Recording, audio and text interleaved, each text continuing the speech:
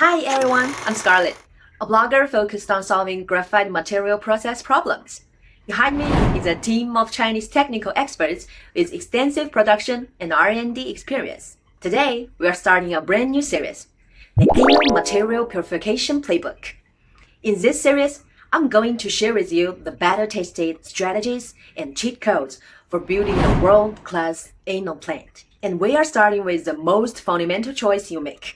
When you are building a new anode plant, choosing your purification furnace feels like a huge strategy decision, right?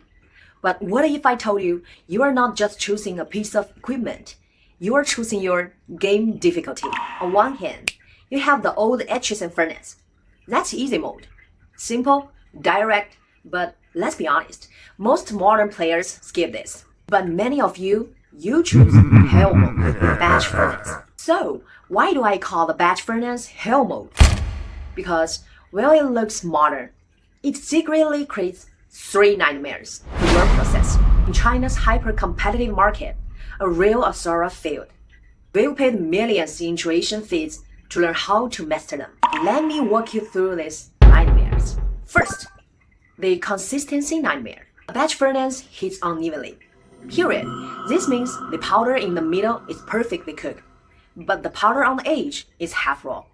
You mix them together, send them to the battery plant, and bam! Rejected. Second, the yellow nightmare. You've got oxidation burning away your top layer, but the real killer? The cheap wall panels. They fail. You get powder jetting, a mini explosion that turning your expensive material into worthless dust. And third, the cost nightmare. Those same cheap components lose their resistance after a few runs. Your electricity bill goes through the roof, but the furnace temperature doesn't. And when they finally crack, you are risking a major safety incident. So, what's the solution? Throw away the furnace? No, that's not smart. The solution is to stop thinking of your Crucible as a dumb container and start seeing it as a process co-pilot, a smart component, specifically designed to counteract every single nightmare your batch furnace throws at it. So, your furnace choice isn't wrong.